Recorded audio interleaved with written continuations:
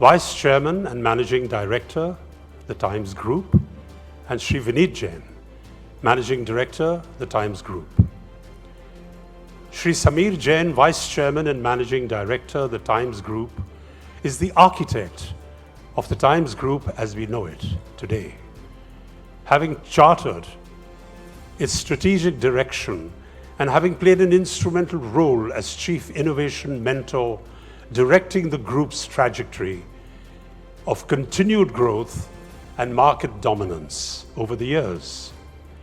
He advises and mentors leadership of all the Times businesses on their strategy and on their roadmap, and regularly identifies opportunities for synergy and cross-pollination within the group. Shri Vineet Jain, an innovator, strategist, and futurist, has been the driving force behind the diversification and expansion of what began as a traditional publishing business under the flagship Times of India.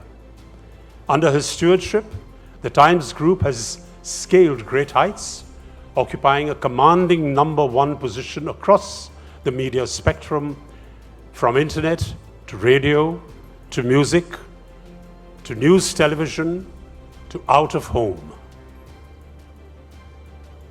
May I now request Shri Samir Jain and Shri Vineet Jain to please come on stage.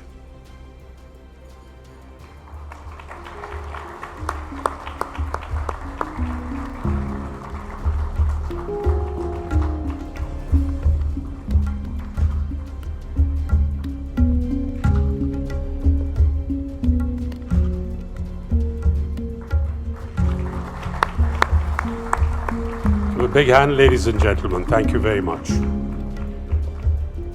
Ladies and gentlemen, it's now time for the highlights of this evening's program.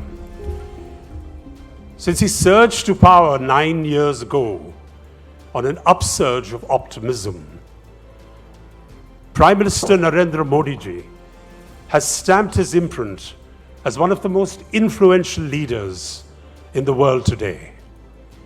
Ladies and gentlemen, please welcome the man in the driving seat of a new India who is ushering the country into the period of Amrit Kal, the Honorable Prime Minister, Shri Narendra Modi.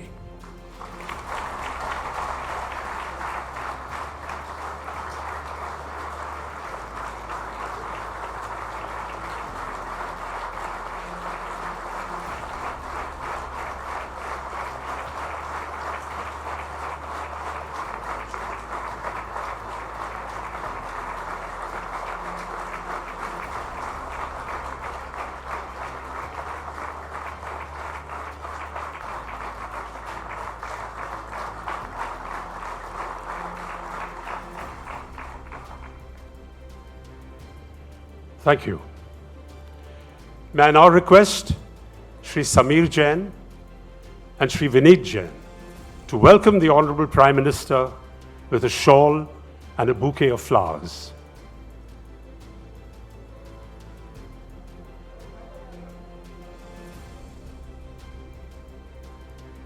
Just a round of applause, ladies and gentlemen. Thank you.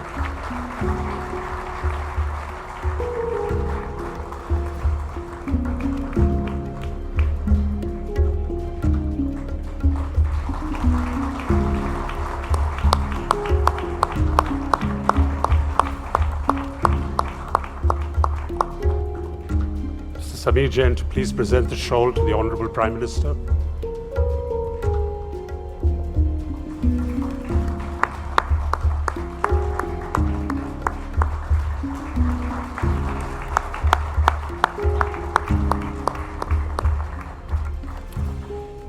It gives me great pleasure, ladies and gentlemen, to invite Shri Vineet Jain, Managing Director, The Times of India Group, to deliver his special address. Ladies and gentlemen, Mr. Vineet Jain.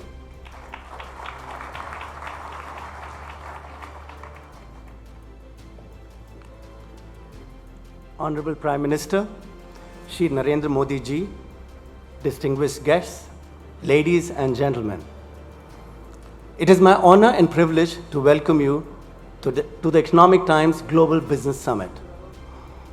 This summit is particularly special because we meet in a physical format after 2 years, leaving behind the devastation caused by the pandemic. 2 years ago, like other countries, our economy shrunk. Many were quick to write obituaries about India's status as a rising economic power. All these naysayers have been proven wrong. Honorable Prime Minister, under your able stewardship and guided by your untiring efforts, India has demonstrated remarkable resilience, resolve, and self-reliance to emerge stronger out of the pandemic's long shadow. This new India has its eyes firmly on the future, even as it marches with determination on the Kartavya Path. There's now an unmistakable air of excitement and optimism about India, at a time when large parts of the developed world stare at a recession. In this period of uncertainty, India stands out as a beacon of hope. It's now the world's 5th largest economy and is on track to join the top 3. It'll be one of the major engines of global growth in the years ahead, thanks to the manner in which our Prime Minister has combined Gati and Shakti.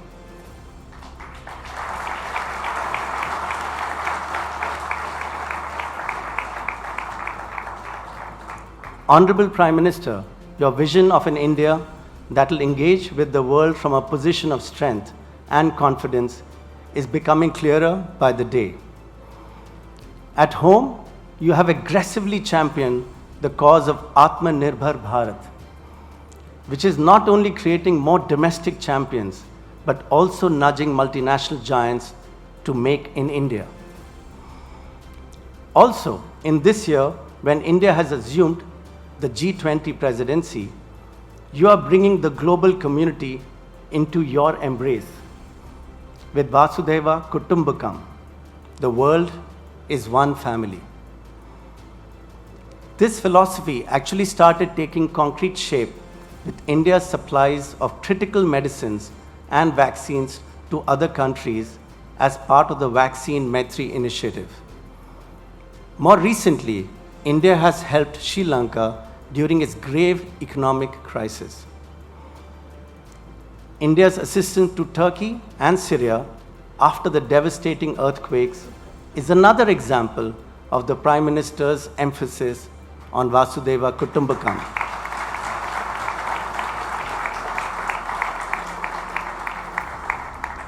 As we enter Amrit Kal, India under Prime Minister Modi ji's leadership has found confidence in articulating an India First policy, driven by growing economic, military, and diplomatic prowess, as well as a sense of optimism about the future. As the Russia-Ukraine crisis has escalated, India's nuanced and measured response stands out as an example of this approach. Global leaders are now looking towards our Prime Minister to help end the conflict. Honorable Prime Minister, your unwavering commitment to nation building is reflected in the policies that you have so painstakingly crafted. India's COVID vaccination program stands out globally. It has ensured that we have escaped multiple waves of the pandemic. Over 2.2 billion doses of made in India vaccines have given citizens the confidence to return to work and leisure in full force. This year's union budget underlined the government's decision to do the heavy lifting on capital expenditure. The proposed 33% rise in spending is part of a strategy to accelerate the pace of project execution and to trigger a cycle of private sector investment. Crucially, inclusion remains a key goal. सबका साथ, सबका विकास, सबका प्रयास is a guiding principle of this government. Debates and discussions are core characteristics of a vibrant democracy. This has also been the driving principle of the ET Global Business Summit, which has emerged as Asia's premier meeting place for global thought leaders. The deliberations this year will be centered on the theme Resilience, Influence, Dominance that addresses a post-pandemic reality. This is where we celebrate the present and anticipate the future. Honorable Prime Minister, there cannot be a better person than you, a champion of reforms and innovation, and a towering global leader today to set the context for this year's ETGBS. We look forward to your address for inspiration and guidance. Before that, I invite my elder brother, Mr. Sameer Jain, Vice Chairman and Managing Director of the Times Group, to deliver a special address. Thank you.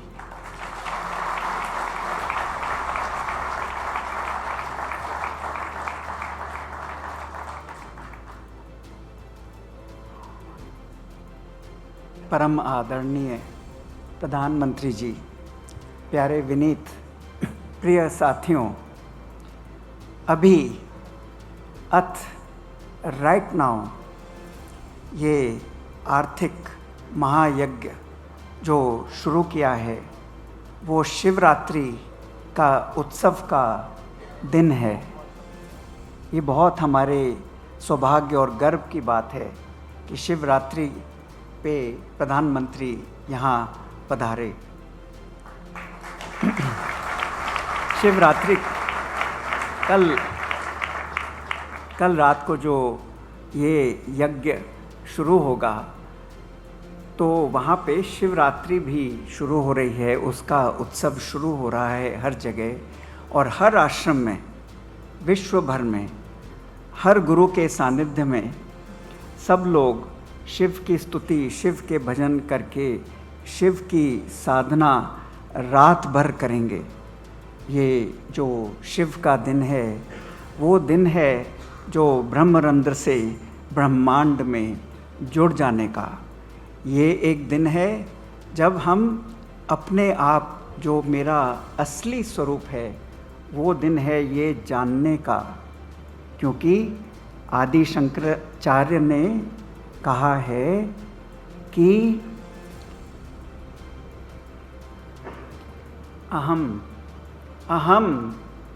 अहम निर्विकल्पो निराकार रूपो विभुर्व्याप्त सर्वत्र सर्वेन्द्रियाणि सदा में समत्वम न मुक्तिर न बंधा चिदानंद रूपम शिवोहम शिवोहम।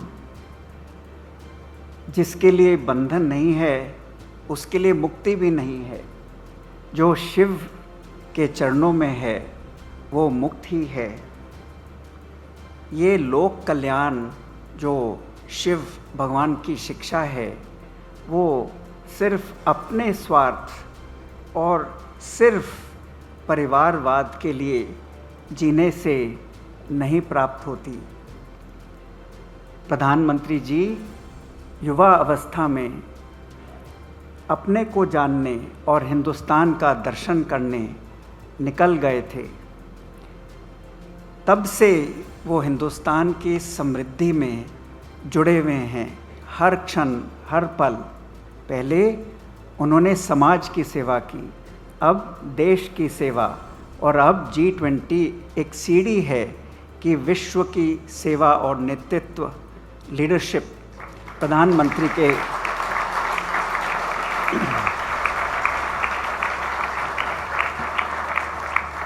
प्रधानमंत्री का हर संकल्प मैंने देखा जरूर पूरा होता है। प्रधानमंत्री ने कुछ समय पहले कहा कि 2025 तक इंडिया की GDP 5 ट्रिलियन होनी चाहिए। और जब मैंने देखा, पढ़ा, मैंने कहा ये तो ऑलरेडी पूर्ण है।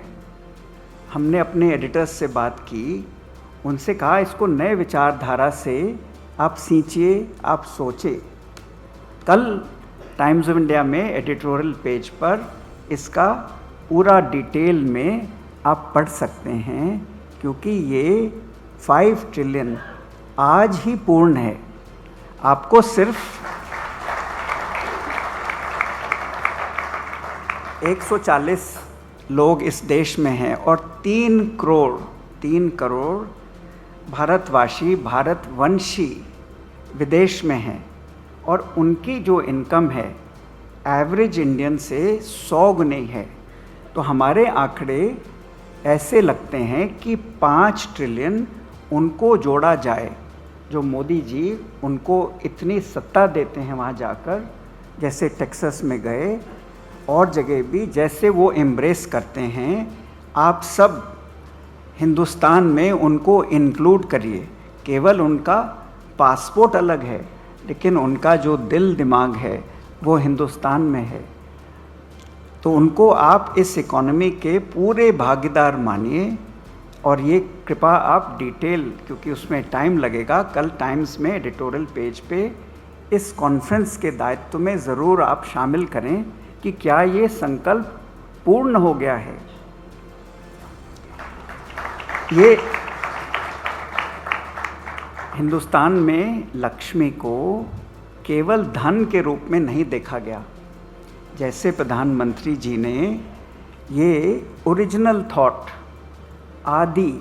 आदि लक्ष्मी से ये बात रखी कि 2025 तक 5 ट्रिलियन, तो पहले कोई संकल्प जो होता है, शुद्ध संकल्प सिद्धि उसकी होती है जो निस्वार्थ होता है।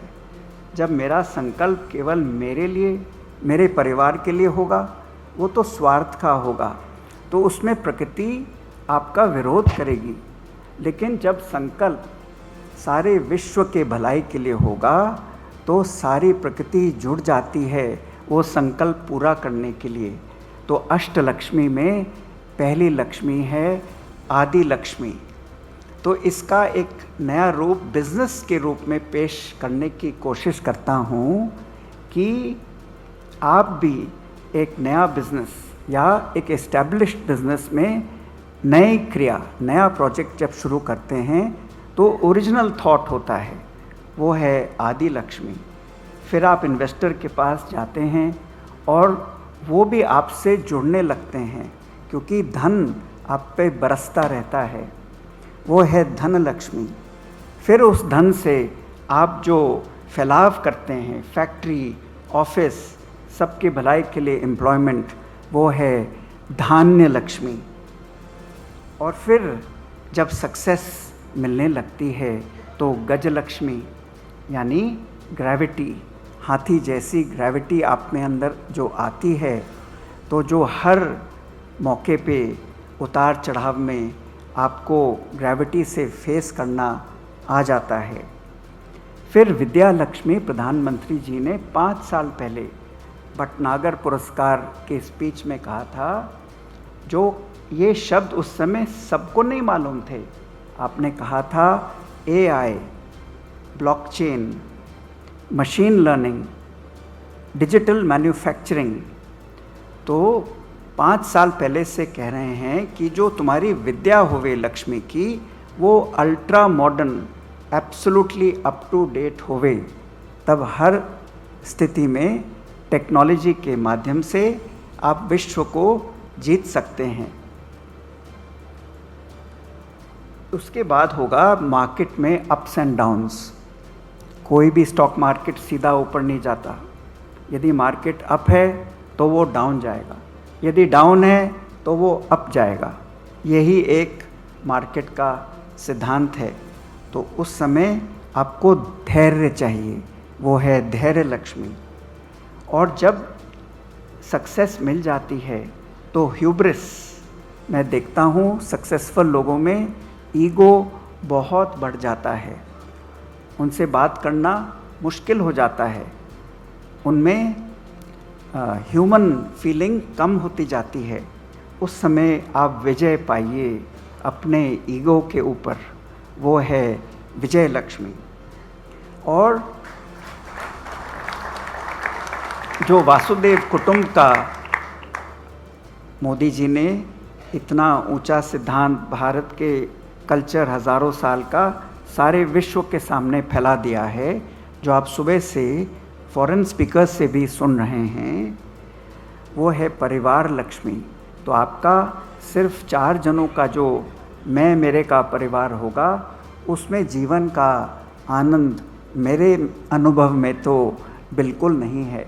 आनंद है जब आपकी एक स्पिरिचुअल फैमिली हो, एक इंटेलेक्चुअल फैमिली हो, और बायोलॉजिकल फैमिली भी ही है, सबकी है, लेकिन सिर्फ परिवारवाद में आपको जीवन का आनंद प्राप्त होना बहुत मुश्किल है।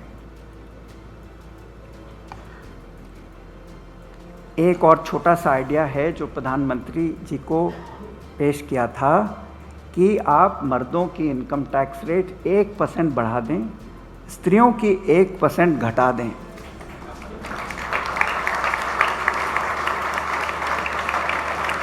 बढ़ा दें,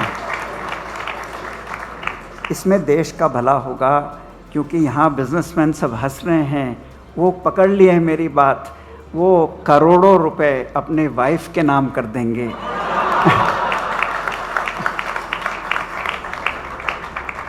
आज जो मर्दों की फाइल है उनकी स्त्रियों के फाइल से ज़्यादा है, तो वो सारी फाइल ट्रांसफ़र करेंगे।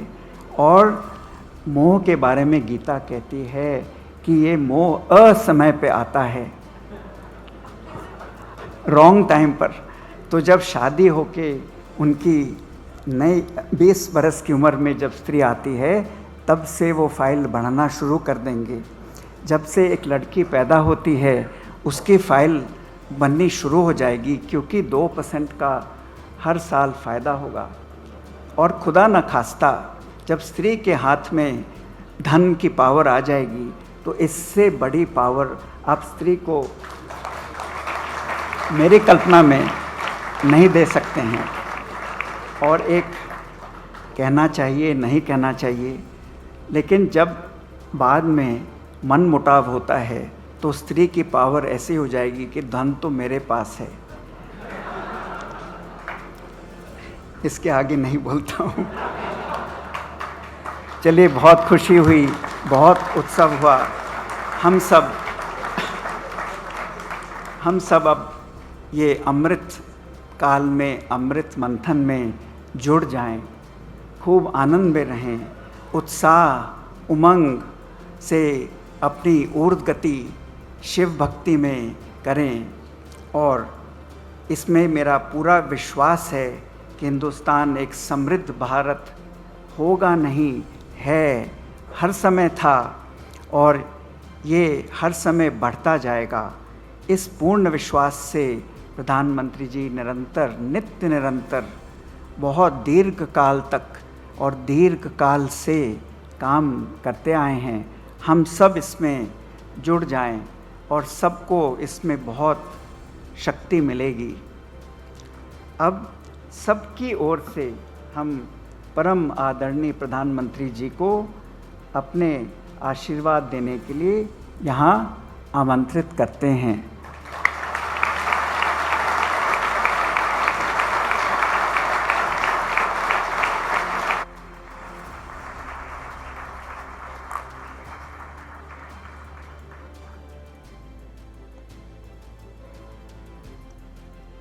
टाइम्स ग्रुप के Shri Sameer Jain ji, Shri Vineet Jain ji, global business summit में आए हुए सभी महानुभाव, इंडस्ट्री के साथी, सीईओज, एकेडमिशियंस, मीडिया जगत के लोग, अन्य महानुभाव, देवी और सज्जनों, मैं अपनी बात पर आने से पहले मैं शिव भक्ति और लक्ष्मी उपासना की तरफ थोड़ा, आपने सुझाव दिया है इनकम टैक्स बढ़ाने के लिए, पता नहीं ये लोग क्या करेंगे बाद में। लेकिन आपकी जानकारी के लिए इस बार बजट में एक बहुत महत्वपूर्ण निर्णय किया है और महिलाएं विशेष रूप से अगर बैंक डिपॉजिट करते हैं 2 साल के समय तय किया है तो उनको एश्योर्ड एक विशिष्ट प्रकार का ब्याज दिया जाएगा और ये मैं समझता हूँ कि जो आप कह रहे हैं उसका एक अच्छा कदम है, शायद आपको पसंद आएगा। अब ये आपके एडिटोरियल डिपार्टमेंट का काम है कोई सारी चीज़ें ढूंढ करके कभी उचित लगे तो जगह दे दे इसको।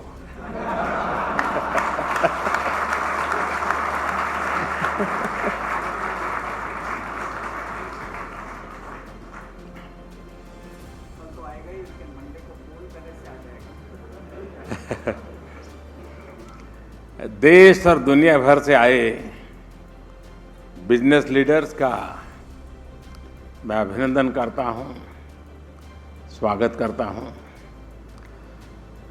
इससे पहले मुझे 6 मार्च 2020 को ईटी ग्लोबल बिजनेस समिट में शामिल होने का अवसर मिला था।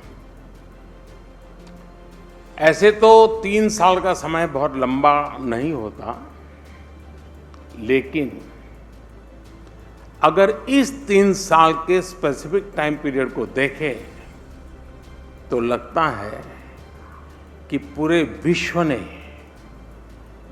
एक बहुत लंबा सफर तय किया है। जब हम पिछली बार मिले थे तो मास्क रोजमर्रा की जिंदगी का हिस्सा नहीं थे। लोग सोचते थे कि वैक्सीन तो बच्चों के लिए जरूरी है या फिर कोई गंभीर बीमारी है तो मरीजों के लिए जरूरी है। बहुत से लोगों ने तब गर्मी की छुट्टियों में घूमने की तैयारी भी कर रखी थी। कुछ करके तो टिकट होटल बुक हुए होंगे, लेकिन 2020 की उस ईटी समिट के ठीक 5 दिन बाद WHO ने कोविड को पैंडेमिक घोषित कर दिया और फिर हमने देखा कि कुछ ही समय में पूरी दुनिया ही बदल गई। इन 3 वर्षों में पूरा विश्व बदल गया है, वैश्विक व्यवस्थाएं बदल गई हैं और भारत भी बदल गया है। बीते कुछ समय में हम सभी ने एंटी फ्रेजाइल के इंटरेस्टिंग कंसेप्ट पर ढेर सारी चर्चाएं सुनी है। आप बिजनेस की दुनिया के ग्लोबल लीडर्स हैं, आप एंटी फ्रेजाइल का अर्थ और उसकी भावना भली भांति समझते हैं। एक ऐसा सिस्टम जो न सिर्फ विपरीत परिस्थितियों का मुकाबला करे बल्कि परिस्थितियों का ही उपयोग करके और ज्यादा मजबूत हो जाए, विकसित हो जाए। मैंने जब एंटी फ्रेजाइल कंसेप्ट के बारे में सुना तो सबसे पहले मेरे मन में 140 करोड़ भारतीयों की सामूहिक संकल्प शक्ति की छवि उभरी थी।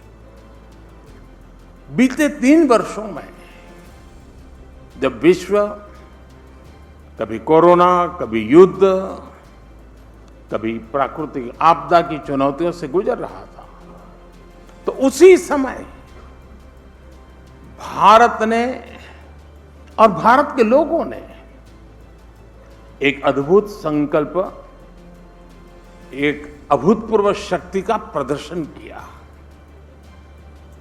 भारत ने दुनिया को दिखा दिया है कि एंटी फ्रेजाइल होने का असली मतलब क्या होता है।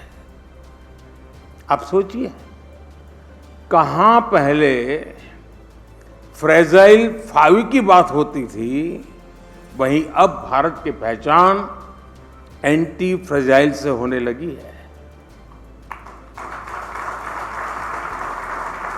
भारत ने दुनिया को पूरे विश्वास से दिखाया है कि आपदा को अवसरों में कैसे बदला जाता है। 100 साल में आए सबसे बड़े संकट के समय भारत ने जो सामर्थ्य दिखाया, उसकी स्टडी करके 100 साल बाद मानवता भी खुद पर गर्व करेगी।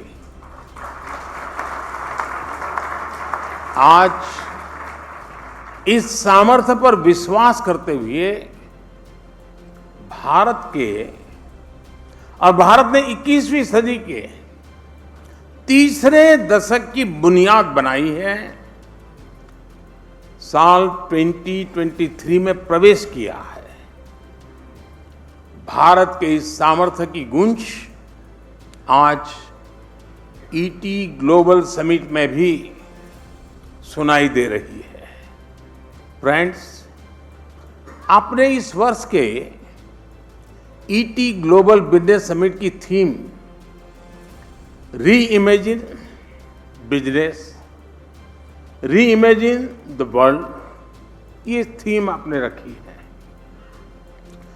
वैसे मुझे नहीं पता कि ये री इमेजिन वाली थीम सिर्फ दूसरों के लिए है या फिर ओपिनियन मेकर के लिए भी है।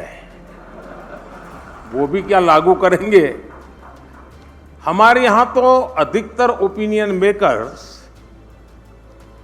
हर 6 महीने में एक ही प्रोडक्ट के रीलॉन्च, रीलॉन्च उसमें बिजी रहते हैं।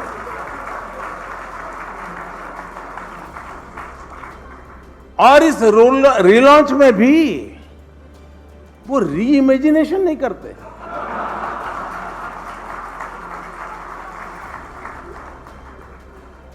खैर,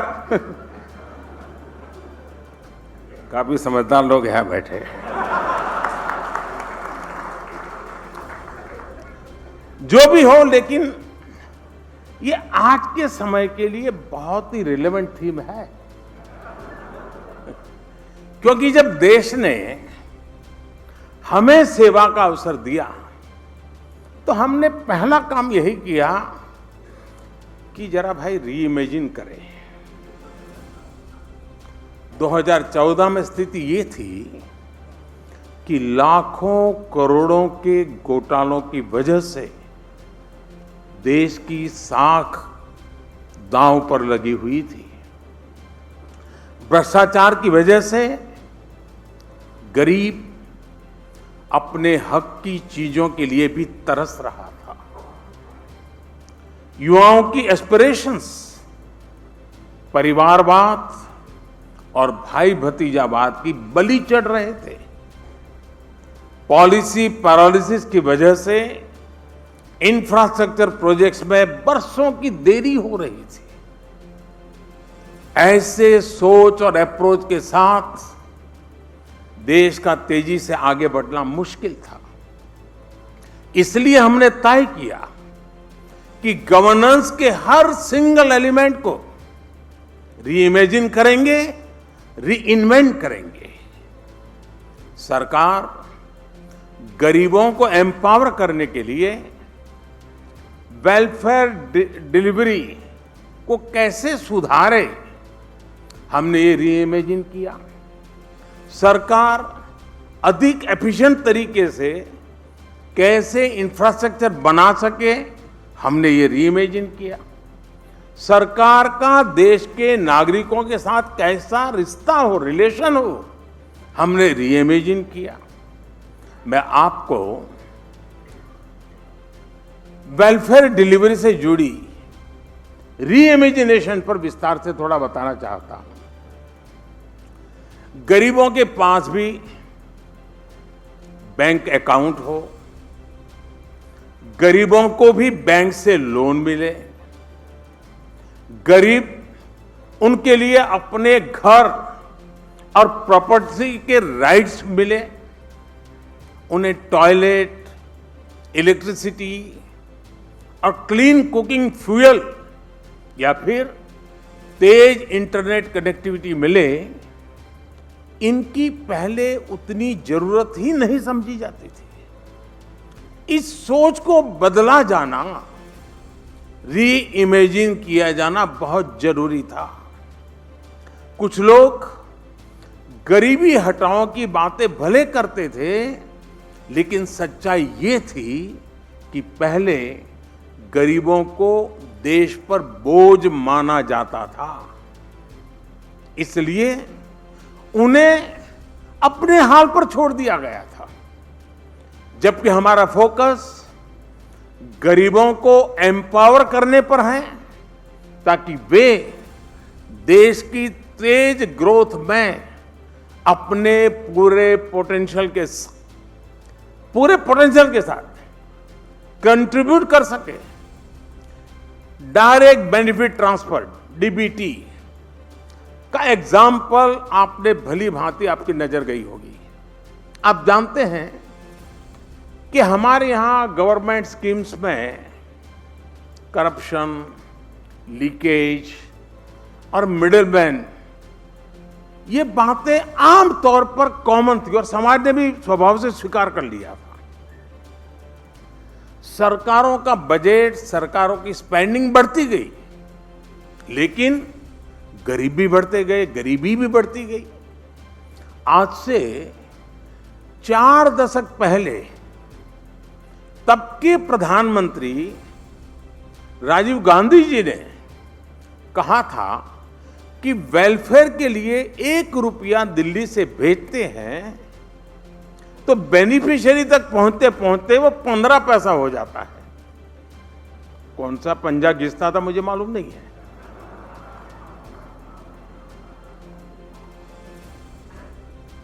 हमारी सरकार अभी तक अलग अलग स्कीम के तहत डायरेक्ट बेनिफिट ट्रांसफर इन वेलफेयर स्कीम के अंतर्गत 28 लाख करोड़ रुपए ट्रांसफर कर चुकी है। 28 लाख करोड़।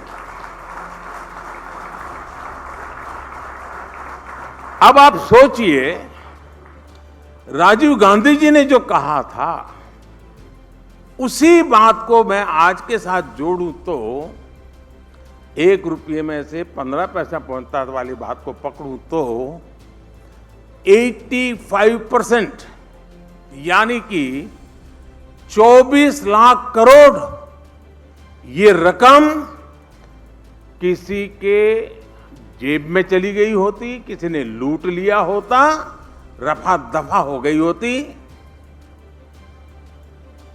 और सिर्फ 4 लाख करोड़ रुपया गरीब के पास पहुंचा होता। लेकिन चूंकि मैंने रीइमेजिन किया, डीबीटी की व्यवस्था को प्राथमिकता दी, आज 1 रुपया दिल्ली से निकलता है, 100 के 100 पैसे उसके पास पहुंचते हैं। ये है रीइमेजिन। साथियों, कभी नेहरू जी ने कहा था कि जिस दिन हर भारतीय के पास टॉयलेट की सुविधा होगी, उस दिन हम जान जाएंगे कि देश विकास की एक नई ऊंचाई पर है। मैं ये पंडित नेहरू जी की बात कर रहा हूं। कितने साल पहले की होगी आप अंदाज कर सकते हैं। मतलब नेहरू जी को भी समस्या का पता था, लेकिन समाधान की तत्परता नजर नहीं आई। और इस वजह से देश का बहुत बड़ा हिस्सा लंबे समय तक मूल सुविधाओं से वंचित रहा। 2014 में जब हमें सेवा करने का अवसर मिला, तो देश के ग्रामीण इलाकों में सैनिटेशन कवरेज 40% से भी कम था। जब हम आए उस समय 40% से भी कम था। हमने इतने कम समय में 10 करोड़ से ज्यादा शौचालय बनाए, स्वच्छ भारत अभियान शुरू किया। आज देश के ग्रामीण इलाकों में सैनिटेशन कवरेज 100% तक पहुंच गया है। मैं आपको एस्पिरेशनल डिस्ट्रिक्ट का भी एक उदाहरण देना चाहता हूं। री इमेजिन वाला विषय जब आपने रखा है तो मैं उसी दायरे में अपने आप को रखना चाहता हूं। हालत यह थी कि वर्ष 2014 में देश में 100 से ज्यादा ऐसे डिस्ट्रिक्ट थे जिन्हें बहुत ही बैकवर्ड माना जाता था। इन जिलों की पहचान थी गरीबी, पिछड़ापन, ना सड़क, ना पानी, ना स्कूल, ना बिजली, ना अस्पताल, ना शिक्षा, ना रोजगार। और इनमें हमारे देश के ज्यादातर आदिवासी भाई बहन इन इलाकों में रहते थे। हमने बैकवर्ड के इस कंसेप्ट को रीइमेजिन किया और इन जिलों को एस्पिरेशनल डिस्ट्रिक्ट्स बनाया। पहले इन डिस्ट्रिक्ट्स में ऑफिसर्स को पनिशमेंट पोस्टिंग के रूप में भेजा जाता था। आज वहां बेस्ट एंड यंग ऑफिसर्स को डेप्यूट किया जाता है। आज central government, PSUs, state governments, district administration सभी मिलकर इन डिस्ट्रिक्ट के टर्न अराउंड के लिए पूरी मेहनत से काम कर रहे हैं। इसके कारण हमें बेहतर रिजल्ट्स भी मिलने लगे और इसका रियल टाइम मॉनिटरिंग हो रहा है। टेक्नोलॉजी का भरपूर उपयोग किया जा रहा है।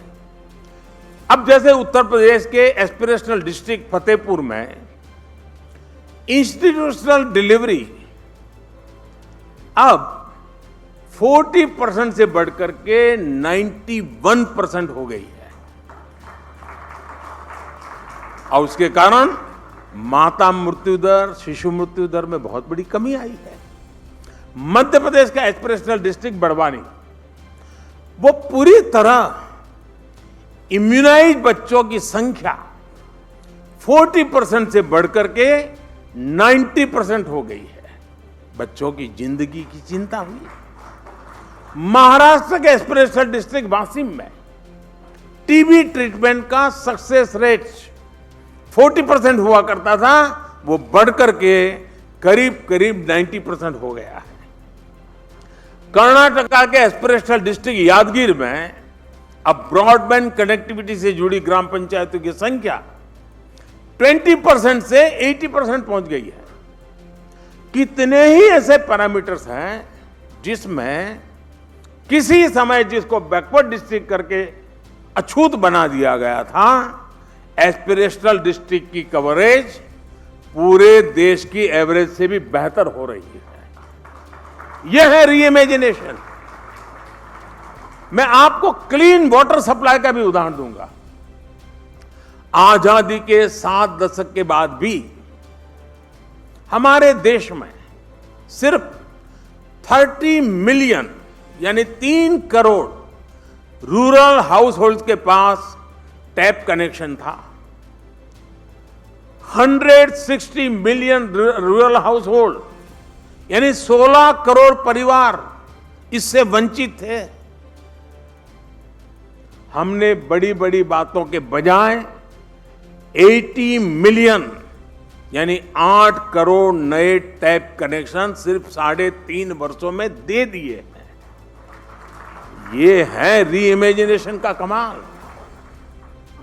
फ्रेंड्स, इस समिट में शामिल एक्सपर्ट भी इस बात को मानेंगे कि भारत की रैपिड ग्रोथ के लिए अच्छा इंफ्रास्ट्रक्चर जरूरी है। लेकिन देश में पहले क्या स्थिति थी और जो स्थिति थी वो क्यों थी? इवन ईटी में तो बड़े बड़े एडिटोरियल्स इस पर छपे हैं।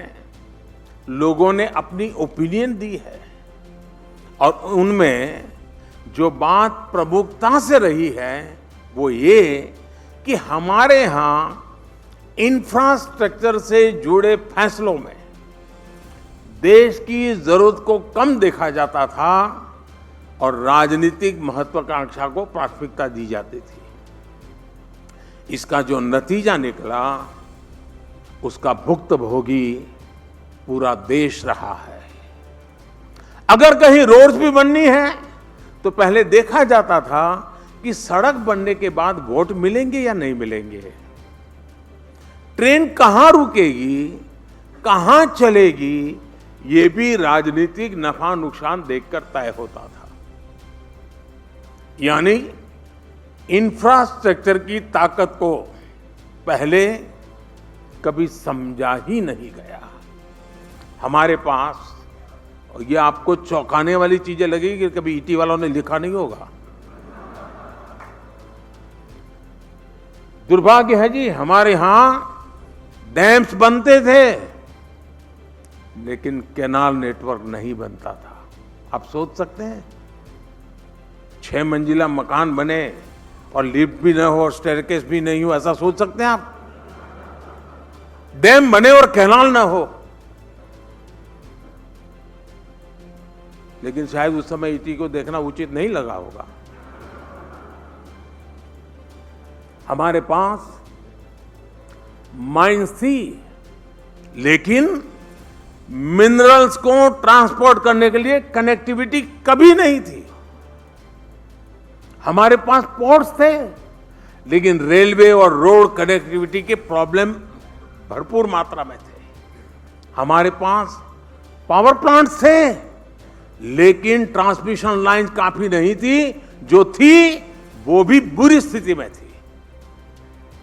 साथियों, हमने इंफ्रास्ट्रक्चर को साइलोज में देखने की प्रैक्टिस को बंद कर किया और इंफ्रास्ट्रक्चर के निर्माण को एक ग्रैंड स्ट्रेटेजी के रूप में रीइमेजिन किया।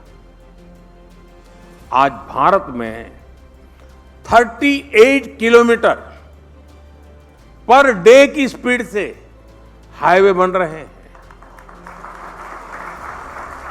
और डेली 5 किलोमीटर से ज्यादा रेल लाइनें बिछ रही हैं। हमारी पोर्ट कैपेसिटी आने वाले 2 वर्षों में 3000 MTPA तक पहुंचने वाली है। 2014 के मुकाबले ऑपरेशनल एयरपोर्ट्स की संख्या 74 से बढ़कर के 147 हो चुकी है। इन 9 वर्षों में लगभग 3.5 लाख किलोमीटर रूरल रोड बनाई गई हैं। करीब 80,000 किलोमीटर नेशनल हाईवे बने हैं। ये सारे 9 साल का मैं हिसाब दे रहा हूं आपको, ये याद कराना पड़ता है, नहीं तो यहां उसको ब्लैकआउट करने वाले बहुत बैठे हैं। इन्हीं 9 वर्षों में 3 करोड़ गरीब परिवारों को पक्के घर बना करके दिए गए और ये 3 करोड़ का आंकड़ा इतना बड़ा है कि दुनिया के कितने ही देशों की इतनी आबादी भी नहीं है जितने घर बना करके हमने 9 साल में भारत के गरीबों को दिए हैं। साथियों, भारत में पहली मेट्रो 1984 में शुरू हुई थी। यानी हमारे पास टेक्नोलॉजी आ गई, एक्सपर्टीज आ गई, लेकिन फिर हुआ क्या? देश के ज्यादातर शहर मेट्रो से वंचित रहे। 2014 तक, यानी आपने मुझे सेवा करने का मौका दिया, उसके पहले 2014 तक हर महीने आधा किलोमीटर के आसपास ही नई मेट्रो लाइन बना करती थी। आधा किलोमीटर। 2014 के बाद मेट्रो नेटवर्क बिछाने की एवरेज बढ़कर लगभग 6 किलोमीटर पर मंथ हो चुकी है। अभी भारत मेट्रो रूट लेंथ के मामले में दुनिया में 5वें नंबर पर पहुंच चुका है।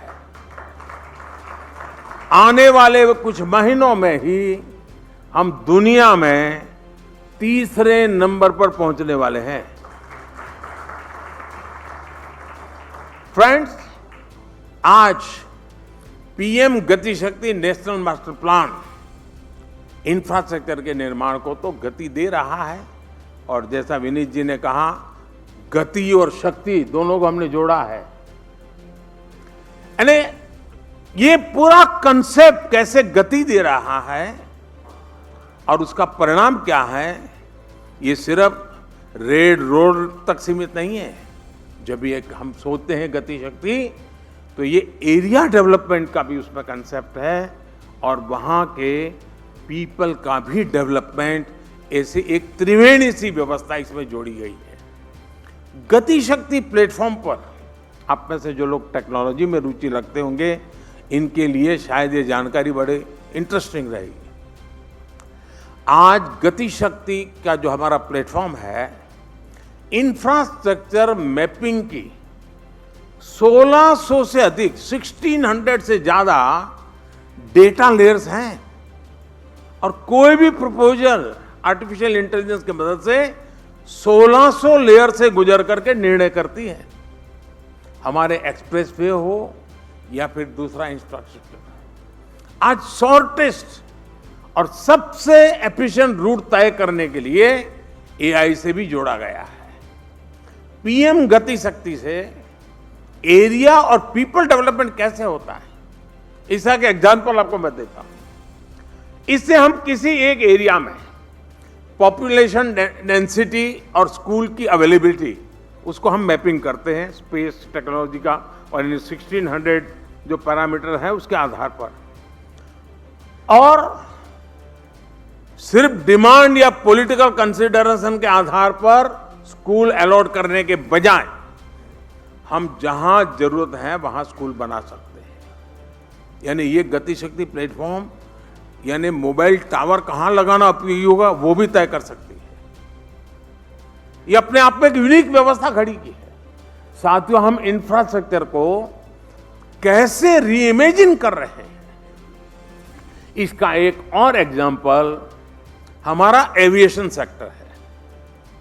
यहां मौजूद बहुत कम लोगों को ये पता होगा कि हमारे यहां बरसों तक एक बहुत बड़ा एयर स्पेस डिफेंस के लिए रिस्ट्रिक्ट करके रखा हुआ था,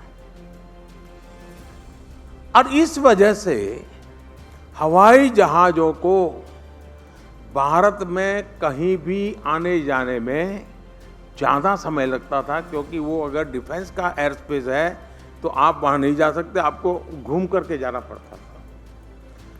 इस समस्या को सुलझाने के लिए हमने आर्म फोर्सेस के साथ बात की। आज 128 एयर रूट्स को सिविलियन मूवमेंट के लिए भी खोला जा चुका है। इसके कारण फ्लाइट पार्ट्स छोटे हो गए, जिससे टाइम भी बच रहा है, फ्यूल भी बच रहा है, दोनों प्रकार का सेविंग में मदद मिल रही है।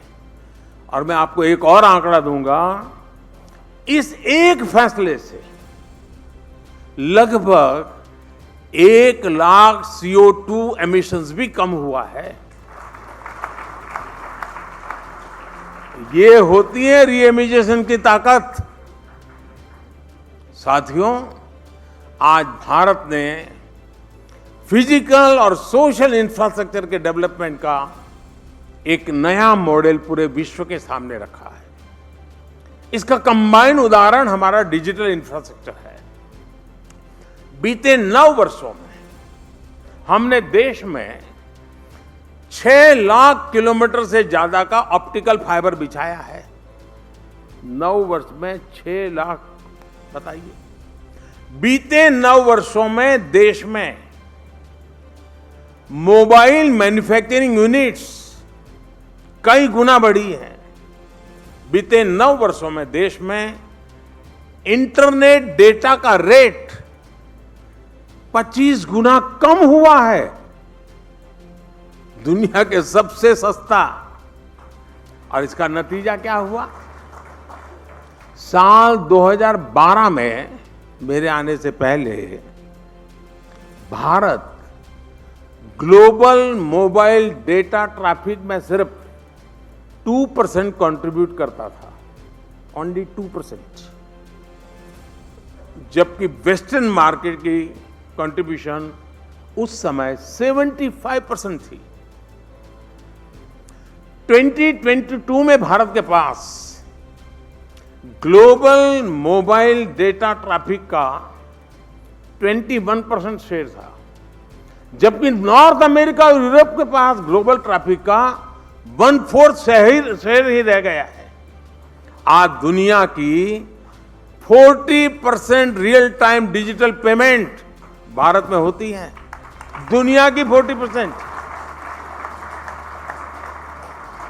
ये उन लोगों को, देश के लोगों को जवाब है जो सोचते थे कि भारत के गरीब कहां से डिजिटल पेमेंट कर पाएंगे। मुझे अभी किसी ने वीडियो भेजा था कि शादी में कोई ढोल बजा रहा था और उस पर QR कोड लगा हुआ था और वो दूल्हे पर मोबाइल फोन ऐसे घुमा करके QR कोड से उसको पैसे दे रहे थे।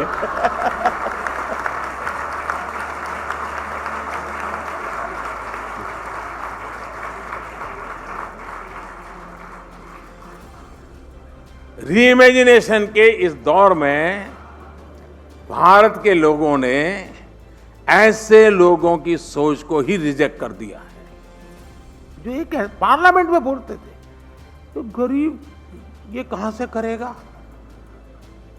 मेरे देश के गरीब की ताकत का कभी उनको अंदाज नहीं था जी, मुझे है।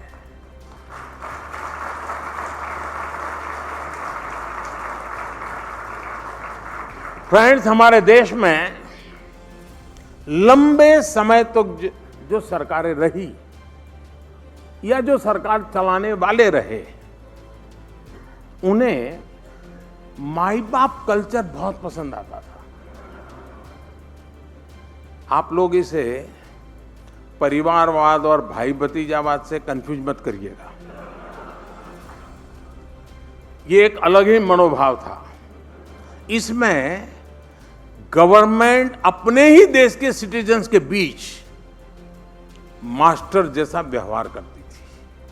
हाल ये था कि देश का नागरिक भले कुछ भी करे, सरकार उसे शक की नजर से ही देखती थी और नागरिक कुछ भी करना चाहे उसे सरकार की परमिशन लेनी पड़ती थी।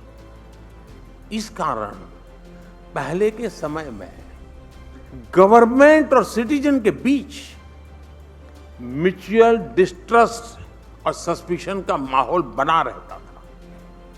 यहां जो सीनियर जर्नलिस्ट बैठे हैं उन्हें मैं एक बात जरूर याद दिलाना चाहता हूं। आपको याद होगा कि एक जमाने में टीवी और रेडियो के लिए भी लाइसेंस लेना पड़ता था। इतना ही नहीं, इसे ड्राइविंग लाइसेंस की तरह ही बार बार रिन्यू भी करवाना पड़ता था। और ये किसी एक सेक्टर में नहीं बल्कि लगभग हर सेक्टर में था। तब बिजनेस करना कितना मुश्किल था, लोगों को तब कैसे कॉन्ट्रैक्ट्स मिलते थे, ये आप भली भांति जानते हैं। 90s में कंपल्सन के कारण कुछ पुरानी गलतियां सुधारी गई और उसे रिफॉर्म्स का नाम दिया गया। लेकिन ये माई बाप वाली पुरानी मेंटालिटी पूरी तरह से गई नहीं। 2014 के बाद हमने इस गवर्नमेंट फर्स्ट मेंटालिटी को पीपल फर्स्ट अप्रोच की तरफ रीइमेजिन किया। हमने नागरिकों पर ट्रस्ट के प्रिंसिपल पर काम किया। सेल्फ एसिस्टेशन हो या फिर लोअर रैंक जॉब्स के इंटरव्यू हमने खत्म कर दिए। मेरिट के आधार पर कंप्यूटर तय करता है, उसको जॉब मिल जाती है। छोटे छोटे इकोनॉमिक ऑफेंस को डीक्रिमिनलाइज करना हो या फिर जन विश्वास बिल हो, कोलेटरल फ्री मुद्रा लोन्स हो या फिर एमएसएमईज के लिए सरकार खुद गारंटर बने, ऐसे हर प्रोग्राम, हर पॉलिसी में ट्रस्टिंग द पीपल ही हमारा मंत्र रहा है। अब टैक्स कलेक्शन का एग्जाम्पल भी हमारे सामने है। 2013-14 में देश का ग्रॉस टैक्स रेवेन्यू लगभग 11 लाख करोड़ रुपए था 2013-14 में, जबकि 23-24 में ये 33 लाख करोड़ रुपए से अधिक रहने का एस्टिमेट है। यानी 9 साल में ग्रॉस टैक्स रेवेन्यू में 3 गुना की वृद्धि हुई है। और ये तब हुआ है जब हमने टैक्स रेट घटाया है। समीर जी के सुझाव के वाले तो मैं अभी छूना नहीं है, हमने तो घटाया है। इसके जवाब में मैं चाहूंगा, आप आज जो दुनिया से जुड़े हैं उसके साथ सीधा संबंध है, मैं 3 बातों पर फोकस करना चाहता हूं। पहला ये कि टैक्स पेयर्स का नंबर बढ़ा है। अब मुझे बताइए, टैक्स पेयर का नंबर बढ़ा, उसकी क्रेडिट किसको दोगे आप? बहुत स्वाभाविक है, सरकार के खाते में जाता है। या फिर यह कहा जा सकता है कि अब लोग ज्यादा ईमानदारी से टैक्स पे कर रहे हैं। अगर ये भी है तो भी क्रेडिट सरकार को ही जाता है। तो बॉटम लाइन ये है कि जब टैक्स पेयर को लगता है कि उसका दिया टैक्स पाई पाई जनहित में, देश हित में, जन कल्याण में, देश कल्याण में ही उपयोग होगा, तो ईमानदारी से टैक्स भरने के लिए आगे आता है, उसको मोटिवेशन मिलता है। और ये आज देश देख रहा है। और इसलिए मैं टैक्स पेयर का आभार व्यक्त करता हूं कि सरकार की ईमानदारी पर भरोसा करके वह सरकार को टैक्स देने के लिए आगे आ रहे हैं। सीधी सी बात है कि लोग आप पर जब तब ट्रस्ट करते हैं जब आप उन पर ट्रस्ट करते हैं। भारत के टैक्स सिस्टम में आज जो बदलाव आया है, और वो इसी वजह से आया है। टैक्स रिटर्न्स के लिए हमने प्रोसेस को सिंप्लीफाई करने के लिए ट्रस्ट के आधार पर ही प्रयास किए। हम फेसलेस असेसमेंट के लेकर के आए। मैं आपको एक फिगर देना चाहता हूं। इनकम टैक्स डिपार्टमेंट ने इस साल 6.5 करोड़ से अधिक रिटर्न्स को प्रोसेस किया है। इनमें से करीब करीब 3 करोड़ रिटर्न्स 24 घंटे में प्रोसेस हुए हैं। बाकी जो रिटर्न्स थे वो भी कुछ ही दिन में प्रोसेस हो गए और पैसा भी रिफंड हो गया। जबकि इसी काम में पहले औसतन 90 दिन लग जाते थे और लोगों के पैसे 90 दिन पड़े रहते थे जी। आज वो घंटों में किया जाता है। कुछ साल पहले तक ये अकल्पनीय था, लेकिन इसे भी री इमेजिनेशन की ताकत ने सच कर दिखाया है। साथियों, आज भारत की समृद्धि में दुनिया की समृद्धि है। भारत के ग्रोथ में दुनिया की ग्रोथ है। भारत ने G20 की जो थीम तय की है, one world, one family, one future, दुनिया की अनेक चुनौतियों का समाधान इसी मंत्र में है। साझा संकल्पों से, सबके हित की रक्षा से ही ये दुनिया और बेहतर हो सकती है। ये दशक और आने वाले 25 साल भारत को लेकर अभूतपूर्व विश्वास के हैं। सबके प्रयास से ही भारत अपने लक्ष्यों को तेजी से प्राप्त करेगा।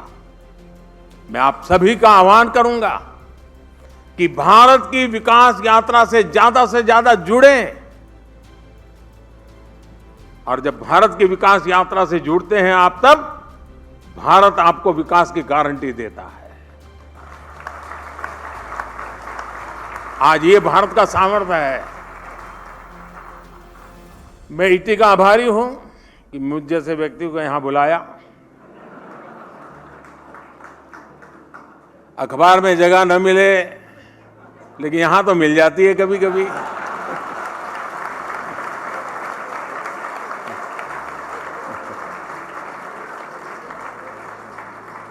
और मैं सोच रहा था कि विनीत जी, समीर जी जब बोलेंगे तो रीइमेजिन के संबंध में कुछ बोलेंगे, लेकिन उन्होंने उस विषय को छुआ ही नहीं। तो शायद उनके एडिटोरियल बोर्ड विषय तय करता होगा और मालिक को बताता नहीं होंगे। क्योंकि मालिक हमें बताते हैं कि जो छपता है उसमें बोले हमें ज्ञान नहीं होता, वो तो वो करते हैं। तो शायद ये ऐसा ही होता होगा। खैर साथियों, इस खट्टी मीठी बातों के साथ साथ मैं बहुत बहुत धन्यवाद करता हूं आप सबका।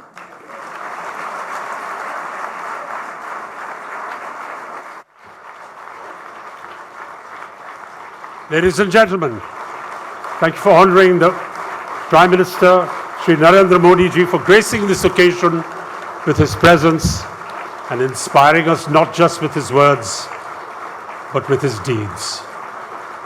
Thank you very much.